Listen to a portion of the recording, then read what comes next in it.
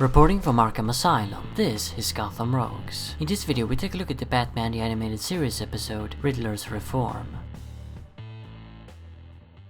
I hate to keep nagging on about my book, but I would very much appreciate if those who've read it gave it a rating and a review on Amazon. As you can see, not many people have. If more did so, that would be a great help to me.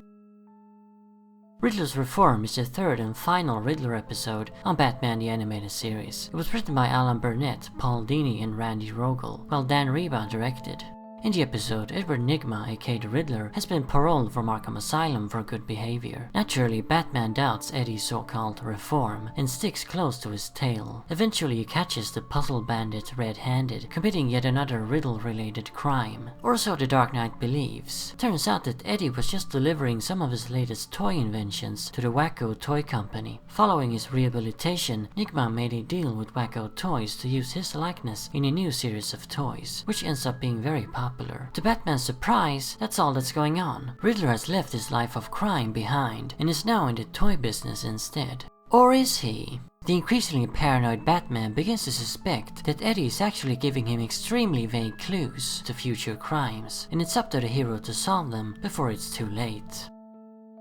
So here we are, Riddler'S Reform, a video many of you have been clamoring for. Riddler'S Reform is, obviously, Riddler'S Reform episode on the series, just like many other rogues got. Naturally though, as we know, Eddie hasn't really reformed, not like the Penguin did in Birds of a Feather. He's up to his old tricks, hiding behind the facade of a harmless toy inventor. Is this really what he wants though? It doesn't seem like it. Eddie enjoys his newfound legitimate success, his millions, his popularity, and certainly the attention he gets from ladies. Being a geek, I guess he's not used to sultry dames slobbering all over him. So why does he continue with his riddle crimes covertly, putting his new position in jeopardy? Well, the episode strongly implies that he has developed a compulsion to challenge Batman. He says that Batman is the only worthy opponent he's ever faced. This isn't something we saw in the two earlier Riddler episodes. Playing with Batman wasn't his goal there. He had other agendas. I view this as a natural development, growing from his encounters with Batman. He learned to appreciate their duel of wits. It wasn't there at the start. As such, we get a more traditional Riddler here, as opposed to the game designer with a grudge from the other two episodes. This Riddler commits heists, first cluing Batman in with a riddle, and his motivation is simply the thrill of the joust. You could argue that that isn't exactly what comic Eddie is about. He's more about proving his genius as opposed to playing with Batman. But it really all depends on the story and the writer actually. There's varying depictions in the source material, although they do most of the time stick to the same basics. Either way, this Eddie does definitely resemble a character from the comics a lot more than he did earlier on the show.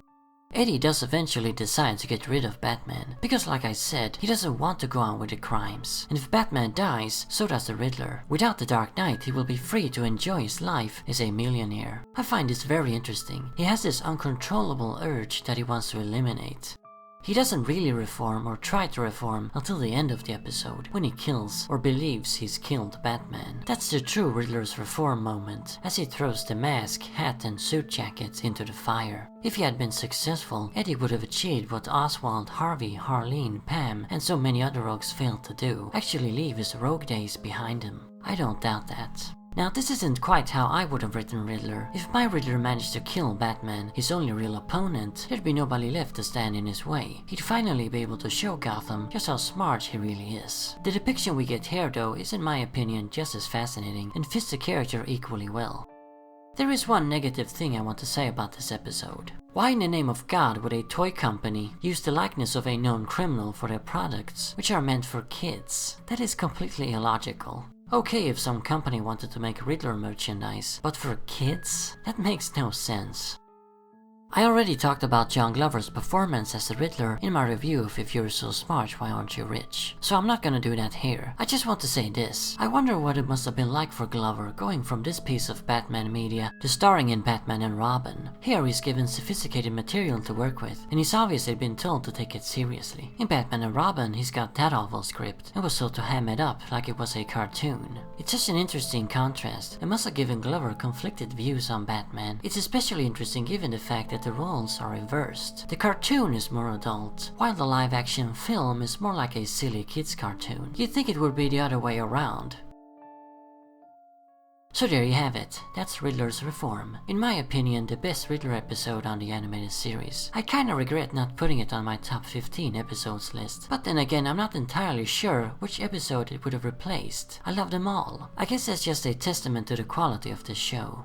It's a shame not more than 3 Riddler episodes were made, although I suppose what I really would have wanted is to have seen him in the villain ensemble episodes. And no, his tiny cameo in Trial doesn't really count. When you think about it, most villains, besides Joker, only got 3 or 4 solo episodes. So what Eddie actually lacked was appearances together with the other rogues. Just imagine Riddler in Almost Got Him. His interactions with the poker gang would have been awesome, especially with Pengy. I can see those two getting into some amusing intellectual arguments. Next up on Batman TAS reviews, we return to the order established by the voting we held a while back, which means it's time for Joker's favor, so stay tuned for that. And as always, remember, Arkham Asylum awaits you in the next video.